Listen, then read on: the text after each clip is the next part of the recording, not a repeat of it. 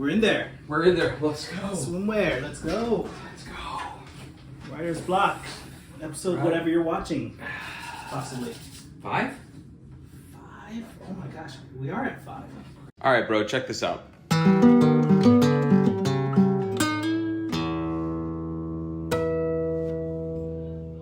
Okay, so I saw another channel kind of like ours. I forget what it's called. I will give them credit somewhere. Mm-hmm. They post like 3 times a week. Pretty awesome. Like, It's like this. yeah. I guess they just like talking. Bunch of friends hanging out doing friend stuff. Crazy. Yeah. You want to do an official intro? Yeah, let's do an intro. Do it. Hey guys. What's up? What's up? We're Writers Bloc. Woo! Sam. Right Marc. here. Bring it in. Oh, yes. And today we're gonna be just, chit-chatting, some friends, talking to friends here, there, everywhere, online.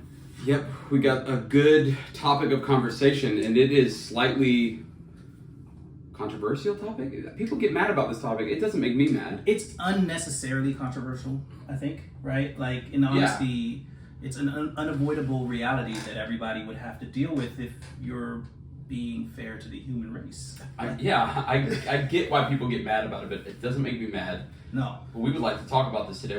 Here we go. Well, before we do it, I want If to we say... get canceled, it was nice knowing you. Thank you to the 5 fans. Yeah. It was grand opening, grand closing.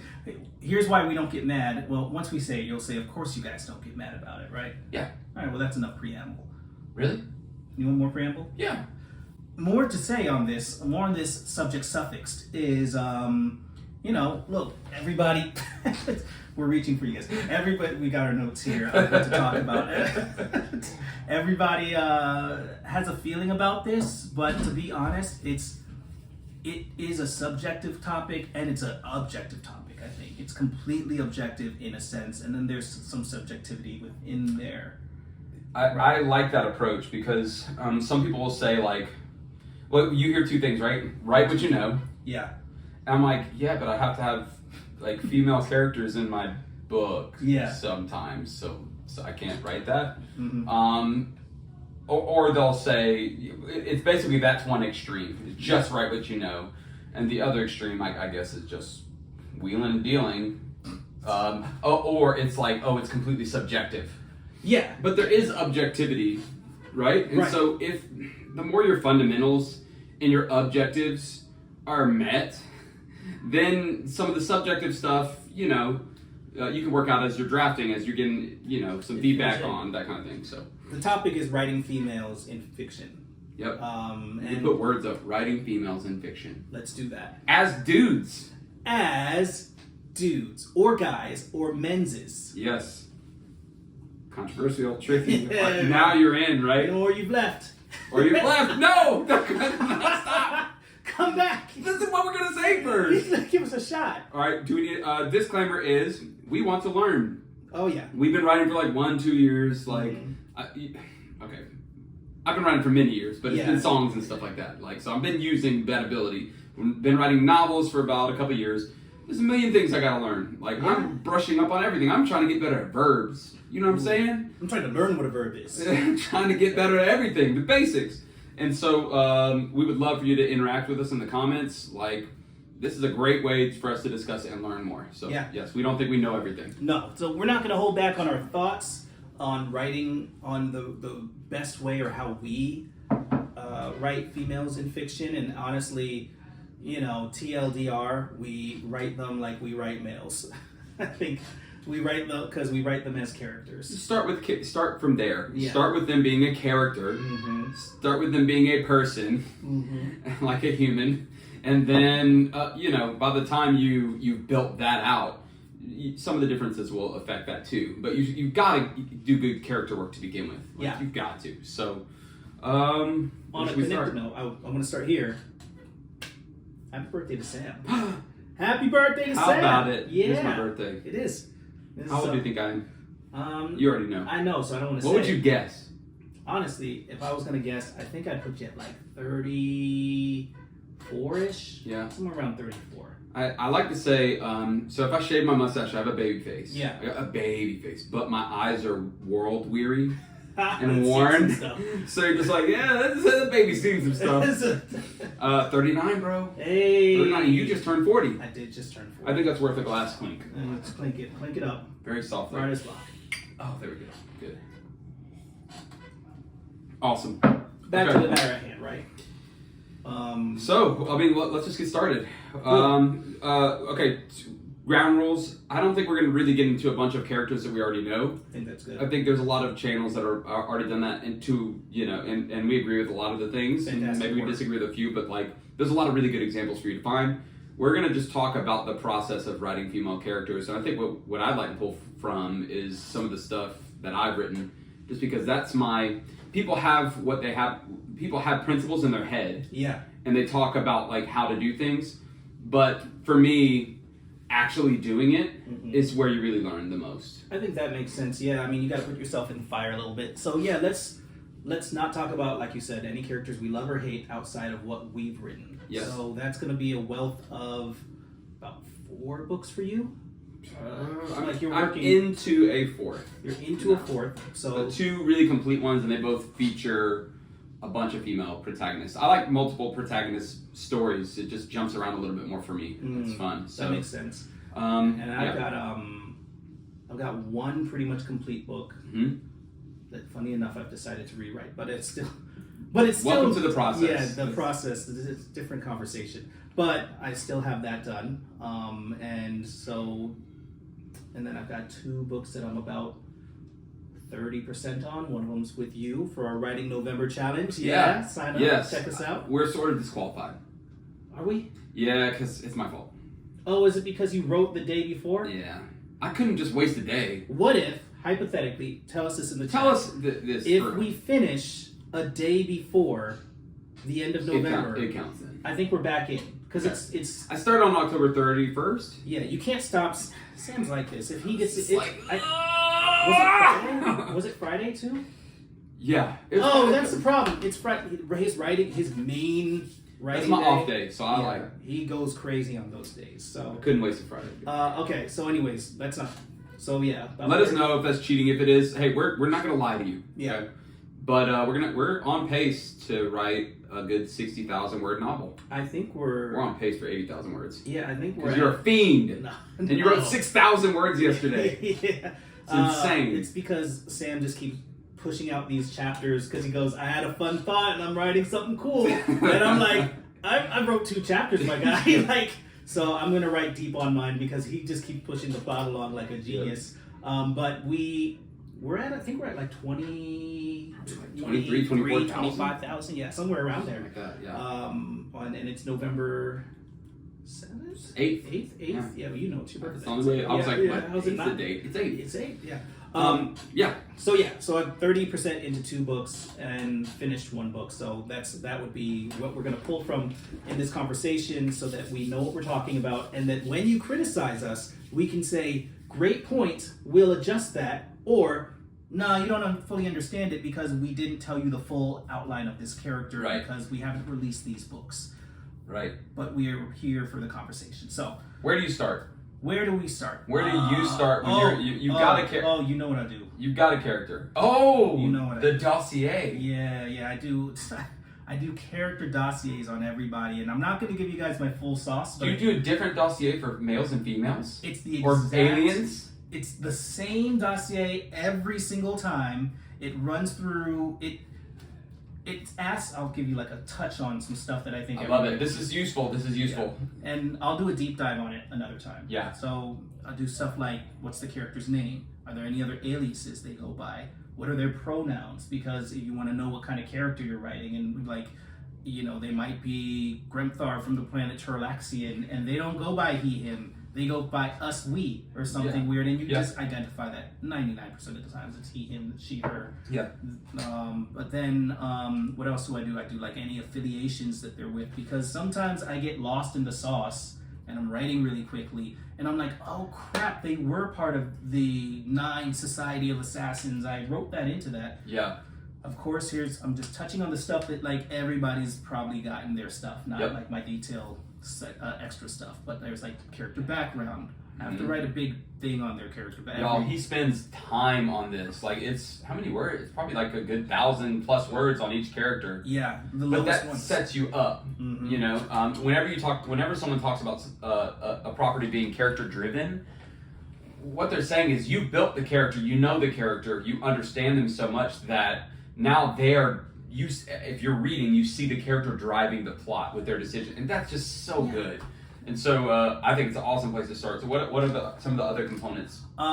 So I think an important one, whether I'm in whether it's first person POV and I'm never going to touch their mind or not, I still write what their internal and external dialogue sounds like, because I want to know when they're rolling their eyes, what are they saying? You know, once they say something to my main character, what are they thinking internally? I just wrote a few scenes last night where this crew of people has some reverence to another character, you know what I'm talking about, and so they've got a response to him, to his outlandish things that he's saying, or these inspiring things that he's saying, or his failures that they've never seen before, and I have to know what they're thinking inside so that he can perceive what he perceives what they're thinking.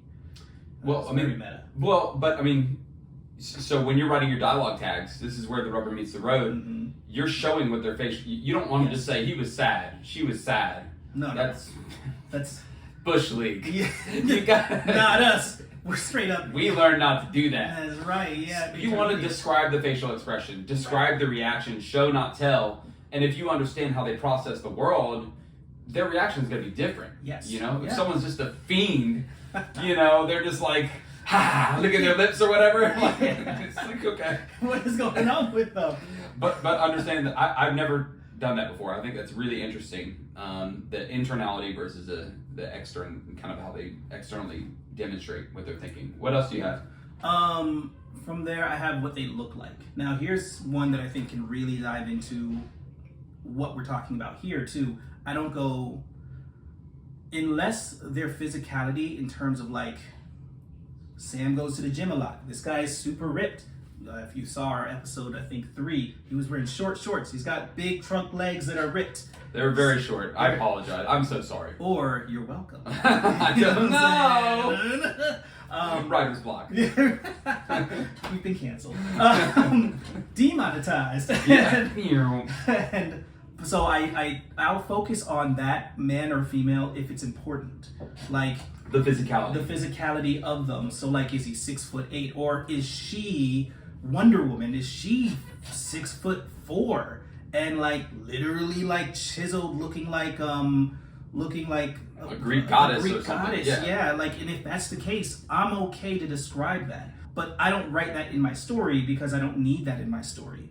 But I need to be like, what is the definition? What's the level of what I'm looking at? Like for a guy, if I go like, the guy was so jacked, I don't just leave it there. I'll say something along the lines of, I need to describe where he's at on this jack scale. Is he Chris Evans in Avengers to where like he's holding the helicopter jacked, or is he the Rock jacked? Like those are two different jacks. Yeah, I think physicality is like one of those things where it immediately gets controversial. It does. But like, we're physical beings. Yeah. I do love the fact that you create it out of necessity for the character. Yeah. You're not just like, and the reason you're talking about like, you're really delving into physicality is because it's so easy for people to just be gratuitous and just be like, she's a chick. Oh man, she looks amazing and blah blah blah blah. Yeah. What was it I just read? 6 of Crows. One of the characters, Nina.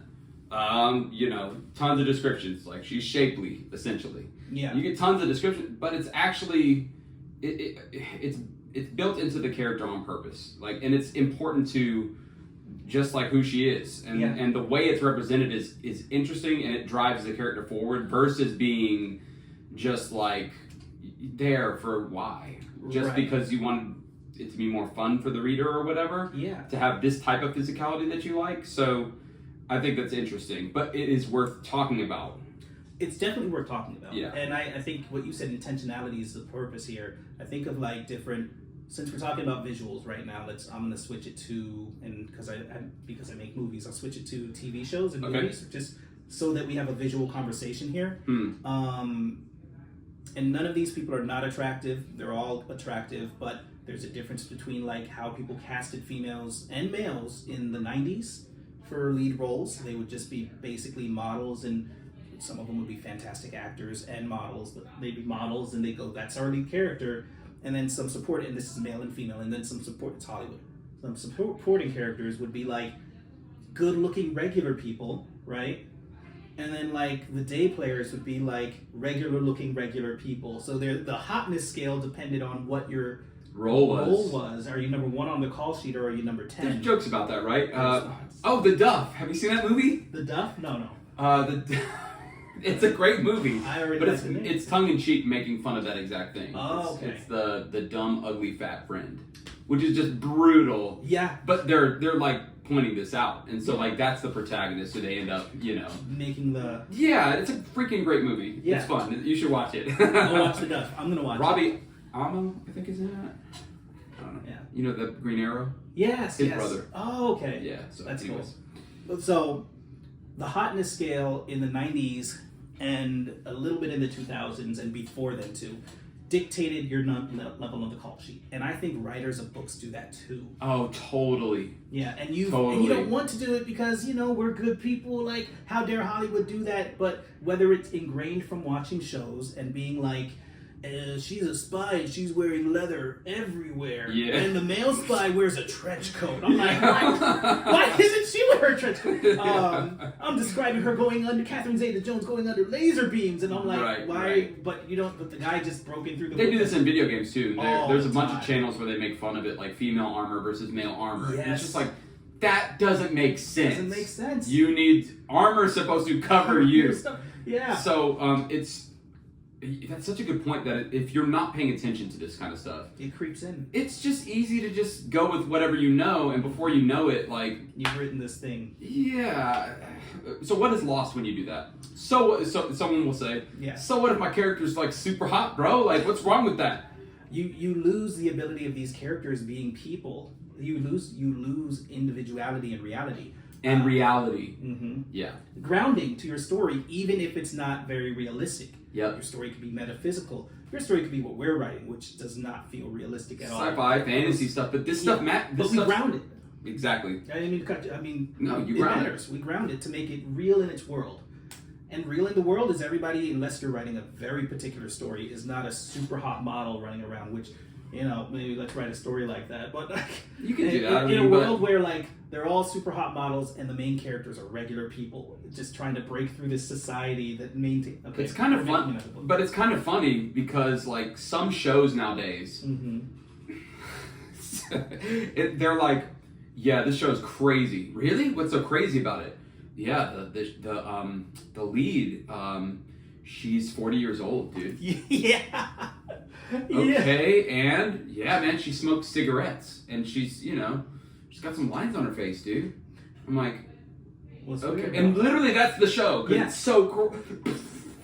She's a person. I'm like, well, if she's a detective, that's a freaking hard life. You're gonna be grizzled. Yeah. So I want that grizzly, your hair's you cut it yourself. You know what I mean? Exactly. Just gritty character. That adds to the realism of the world. I love that. You hit it right there. Yeah. So. No. It's the fact that in those shows and in your writing, this character that you wanted to make pretty and beautiful and stunning, because everybody's got this own kind of. Honestly, I like dirty characters, characters that aren't perfect. I find them kind of beautiful and that helps your story's redemption. Physically, they can change a little bit in terms of this detective that cut their own hair. Yeah. But I think you're right, though, is that makes them grounded, but it also gives you room to make them a character through visual media. Conceptual visual media. Yeah. You said she cuts her own hair, so her hair's jagged.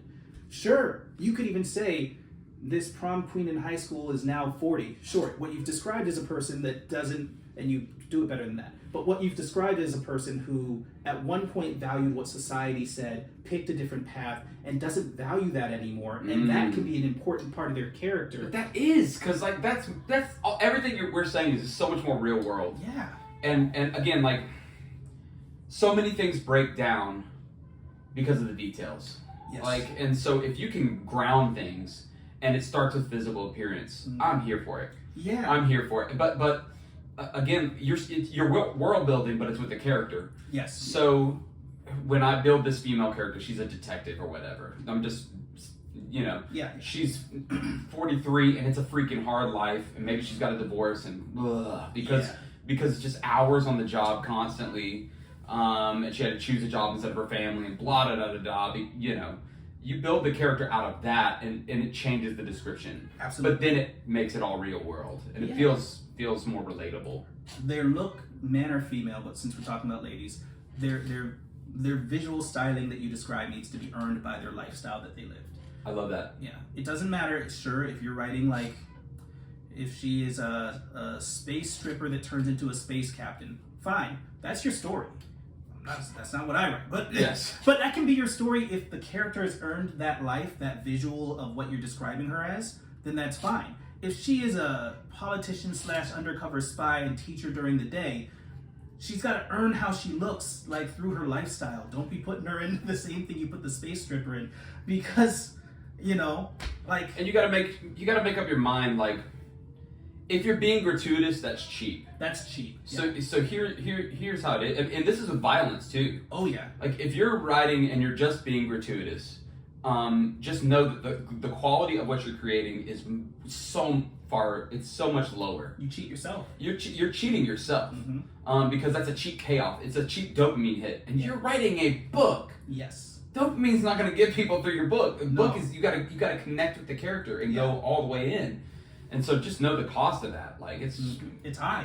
It's a high cost. It's very high. And this is a topic because people don't like it. You're cheating people that might have read your story out of reading your story. Yep.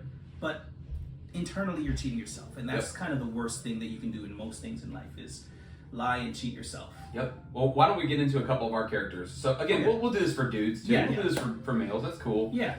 We just wanted to start with the most controversial one possible. It's clickbait. Welcome to it. No. Oh, what will I do with this thumbnail? Oh, he always hits me up and he goes, "Dude, send me a photo." That's not his voice, but that's how I picture it. What did I say? Send me a photo. Last time you were like, you said, "Send me. Here's a photo of me looking like I'm upset that we're doing what was it we're Writers Bloc, but I sent you one killing my darling. Here's a picture of me and I'm stabbing myself in the short. And I'm like, whoa. He's like, "Send me a photo where you're upset about it." And I sent him a photo of me smiling. Yeah, and I was like, that's so much better. You're just smiling into the camera, and I'm dead. So great. In my channel now. Check out that video. All right, so let's get into a couple of our female characters, and I think it's kind of cool to maybe we start with physicality, why we design them the way that we design these characters. So, can I throw in one thing, please, real quick? Yeah. I've got to do a couple episodes on this, but I use the Enneagram whenever I build characters. We need to. This is a whole huge. Yeah, I love it. I don't know if you know this, but know what the Enneagram is, but I love it. Everyone defines how they win life in different ways. Yeah. And everyone processes information in different ways and processes their trauma in different ways and responds to it, and it creates something different out of them. Yeah. There's resourceful and non-resourceful ways to do that. Some people are gut people, some people are head people, some people are heart people. And I love, because there's 9 different numbers. And so I love building a character out of that. And it's basically your dossier. Yeah. Except it's just hyper-focused on how they perceive the world. So a quick example is a 1 on the Enneagram is that person, and it's me, by the way, that person who's well, what's the morally right thing to do? And you're just well, it's this, but it's complicated. They're just enough. We're going to do that. Yeah. We're going to do that. And if they're resourceful, they'll be I hold myself to this standard and blah, blah, blah, and I've learned how to be healthy in this, but I'm going to do the right freaking thing. And if they're not resourceful, they're judging the crap out of you right now for not doing that. So that's an example. And then there's all these little intricacies that make it so individualized, which is so cool. So I love to start there with my characters, male, female, whatever. It doesn't matter. You have to start with a good character. You do me a favor real quick on this? Yes. Just because I don't remember exactly what I know what my number is. Okay. But I don't remember what it is. Tell me. I can't wait. Shoot it at me. It's the same one as PL, so is that 7? It's an 8. It's an 8, see? But I know, and so now this is for me, because he's going to give the breakdown of it. I'm going to give a breakdown of an 8. Yeah, okay. So an 8 is a gut person. Yeah. 1s are gut people too. You're not scared of what's the information? Boom, let's go. Okay. You're not scared to make to jump at something. You got like a power side where you can be in charge of stuff, and where you're not scared to step up and be like, let's say you're in a conference and someone says some stuff they shouldn't say. The 8's gonna stand up and be like, yeah, I don't think so. You know, you're not scared of confrontation. And then an 8 is also, what will trigger them is if you pick on a small person. Oh yeah. You pick on somebody like who's, where if this is the power dynamic and they're at the bottom of the scale, you pick on that person in front of an 8, they're gonna come for you. They're bully killers. Yeah. And so, and then some of them, you know, they let off a lot of steam into like the joyful side, you know, and then some of them are more like peacemaker oriented, and there's a little division there. But so look how intricate that is. That's a lot. And you know, I know that you're 8 wing 7, so like you're gonna have like the joyful like outlet. So am I accurate? You're right. So and a lot of times that'll be born out of your backstory. So like I saw people get pushed around, and when I grow up, that ain't gonna happen. Right. Not around me. Yeah. And so it changes you. And that's how you respond to your trauma. We got to take our dossier and the Enneagram, and we should talk before, put it together, and then like present like We totally should. a writer's breakdown. But I love this. It's just like any other personality profile, but the Enneagram's cool because it gets into backstory. Yeah. And how your trauma formed you. And so like my sci-fi book that I wrote, I created 3 different characters, 2 female characters, 4 characters. One of them's, you think he might be a protagonist, but he's a traitor, essentially. So he flips halfway through. This Spoilers. book is amazing, by the way. You guys should check it out. Spoilers. I got to read the whole thing. Thank you, sir. Yeah. So one of these days it's going to be out there. It's going to be huge, guys. And But if you subscribe to us, you get to beta read it. that's true. You can beta read it. So let us know. We'll put out some opportunities like that for all of our stuff because we create stuff. We're trying to write stuff. Yeah. But I got 2 female characters. Okay. 2 male characters. Okay. The male character, the main protagonist, I formed out of myself. Yes. Just because I know myself. He's a 1. I get that, and I just wanted that. He's like a traumatized, non-resourceful 1. He's like a mercenary. Okay. And it was really nice to see you describe the world through a similar lens that you would describe it through. Yeah. It's a good base for jumping around. Yeah, and that's not wrong to start writing from your own perspective. That's cool. It's a great starting point. So let's get to the female characters. Let's skip the other guy. One of them is an up-and-coming politician, and the main protagonist, his name is Reed. He's the mercenary. He has like an arc. Like he's got to get over some stuff so that he can become what he's supposed to become. Pretty standard arc for a protagonist that you want to see them change. Right. I wanted a platonic relationship with a female character, and I wanted her to be a flat art character. She already is what she's supposed to be. Yeah. She's awesome. So now the world is going to try to beat her into submission to make her change. So I started with that. And I wanted it to be platonic. I actually had a person in mind when I was building it, but she's 45. She's a politician, but she's not uppity because she's got a gritty background. This person I know is a kickboxer. And so I was like, I made it part of the lore of like where she came from on the planet, that kickboxing was like a thing there. And she kind of made her hay there, becoming like a really good kickboxer. Yeah. But then she became a medic, which this person I know became a medic. And then she became a politician from there. Politician in real life? Kind of, yeah. Yeah, she works up in the high levels of the government. This is like the coolest person I know. Cool. I won't say their name, but they're awesome. Yeah.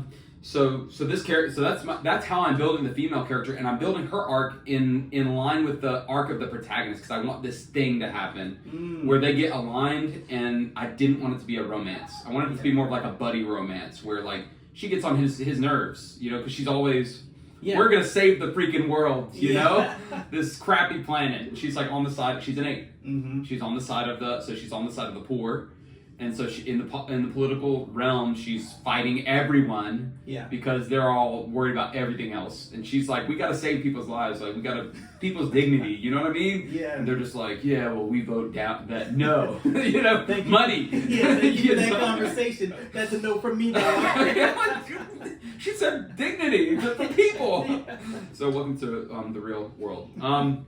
So that is how I'm starting to construct her. I was going to say, so you watched C-SPAN recently, no? But the physicality, she's very put together. Okay. She's very dignified because she has to be in that setting. Yeah. But she's also, she's pretty tall because I'm building a kickboxer. She needs long limbs to... She's got long limbs. She'll kick the crap out of you, bro. Right. And then she's got some trauma stuff from being a medic. She's just seen stuff, So that's where I started, and that built the physicality, and that kind of built the character. And again, everything is aligned with her being that flat-out character. And then you saw, I sprinkled in a bunch of stuff from real people that I know. Yeah. Well, you could do that. That's awesome. Yeah, because they're real. Because it's a factual thing that people live through. In fact, it did, and you understand how it impacted them. Mm-hmm. I love that you built her physicality off of her information, though. Yes. And that's kind of what we were talking about earlier. I want to hear your next character too. Yeah. And finish this one, but that's going back to our thing. That's what we talked about. Is they have to earn what they look like. We all do. If you drink a lot of whiskey and smoke a lot of cigarettes, you're earning the bloat. You're earning the. If you drink a lot of water and maybe your character's compulsive and they're always putting on lotion and stuff. They're gonna have less wrinkles. So it's okay for them. And maybe that stands out in their world. It's just maybe it's a tick. So, but I love that. Let the physicality be built around who they are, because that's how our bodies are. You are what you eat, right? You are. To just kind of put it in a weird way. Yeah. But then her internality is built around that too. So she's very straight. She's very calculating. People are always digging on her because it is a little bit of a sexist realm that she's in. Yeah. She's in the minority, but because she is a female, she's overlooking these slights, but she's too much of a pro to dignify that crap. And so you listen to her internality while she's dealing with that stuff. She's not hurt by it because she's freaking seen people get their heads blown off. Right. You know what I mean? Sticks and stones. But maybe she would be. The other character would be. I read, the other female character, but and because she's a kickboxer, she fantasizes about kicking this dude's head all the time. Her internality which is cool. And every time it gets a little bit off, it's mostly being if I could just get him in the ring for a minute. Yeah, it's man, I wish this was the old ways, when they used to do trial by combat or whatever. So, but again, that's a nice, cool wrinkle that humanizes her. Yeah. Because she's this dignified, I'm going to do the right thing type person, but she really just wants to kick this dude in the head. She's doing this because she's not allowed to kick him. So that's some of her character. She's awesome. Then another one is, her name's Lira. She's a kid from the wasteland. Her father raised beasts, these apex predators that clear out these nasty little wolf-like things. And the creature you're supposed to put these creatures down at the age of 4 because they become untamable. They're these monsters. And she was like, Papa, don't do it. The creature kills her dad. Of course. So now she's orphaned it's gutting. Through her actions. She's 14, she's orphaned, she thinks it's all her fault. And the creature's just out there haunting her. Right, because it grew up with her scent. It doesn't want to let her go. Yeah, so that's her, and so she's a 2 on the Enneagram. So she wants to contribute to something. She wants to help, but she's just crippled. Right. She's totally crippled, and she's abusing. Her dad was a soldier, and there are these stems you can take, basically that probably take 5 years off of your life. Your likelihood of getting cancer in this radiated, crappy world is just insanely high if you take these pills. And she's just taking little slivers of them all the time because she wants to be ready to fight this thing that she could never defeat. Right. And she's punishing herself, and there's all that psychology that comes to it. And I'm writing it because she's a kid. She's a freaking kid. She's skinny. She's a concrete scrubber because they just build everything with concrete. So she's a waste. She doesn't eat enough. So you build that character completely different. And now, look, 2 different female characters. But stop. I built it with the Enneagram. We built it based on their trauma and stuff like that. They're totally different. Yeah. And that's so fun. It adds so much texture. And then when you get into their POV, it's so distinctive. The first line, that's Lira. Yeah. She's self-conscious. Yeah. And then the first line, that's Rhea, who's the politician. And fun fact, and I had to work on this a lot. Rhea has to like the politician. She has to like go to these galas, and she has to like wear this like dress, and she's like hates it. She hates it. It's like she's kind of uncomfortable in it. She's just like, in her mind, she's just like, why does the slit like go up so high on the leg? Like this would be good for kickboxing, but like this is ridiculous. This is the most modest dress that I could buy, but still, so she's just very conscious of it in that scene. She's uncomfortable. But I didn't just say, oh, and then she wore a dress. She wore a dress and the slit went up really far. Yeah, that would be pointless. The whole point of me even mentioning that is to draw attention to who she is as a character, and to also shed light on the society, because it's this like gala, and it's this hypersexualized space, and everyone is it's grimy, you know, and she stands out because she's a different breed from everybody else. So you approach that scene similar to how you would approach, let's say, a man walking into a gala event with ripped jeans on, to where it's something to take note of. I'm not saying it's the same, because it's completely opposite end of dressed appropriately versus dressed inappropriately, but the concept of how you dealt with it as a writer is the same thing. You're describing what's going on with them, and maybe what they're wearing if it's required based on what's happening, or based on like a story structure that you need to pay off later, right? So her wearing that dress with the slit that comes up is there because she is fully aware that that this is not who she is or what she wants to do, and society is making her do this in this situation, regardless of the fact that she is probably the most dangerous person in the room and wields massive power. And describing that and putting her internality into it to where she dislikes it or could like it if it's a different character, it doesn't matter. But she's modest. But so she doesn't like it, and since she's moving forward with it inside of this situation, fully aware and trying to find positives, like this is not too bad for kickboxing. Yeah. She's just trying to like make the best of a bad situation. And she's like, worst case scenario, if something happens, I can absolutely take someone's head off with a kick. Yeah. I think that's cool. Yeah, it was an interesting scene to write, but again, and it's an example of who I want her to be as a character. She's a flat out character, and this is an example of the world pulling on her and trying to break her and make her lose her arc, and make her decline, which is the pressure on a flat out character. Just see Paddington 2 is a classic example of like the flat out character. The world wants to break, but they won't break. Yeah. So those are two of mine. I've got more. But I think that's plenty because they're very different. They're super different. What are a couple of your female characters, and how did you approach building them? And how did you swim in the areas of nuance when it comes to like honoring them as a character? So I'll pull characters just from my completed book. Okay. Because I've got like 10 characters total in there, and there's maybe about. All right, bro. Check this out.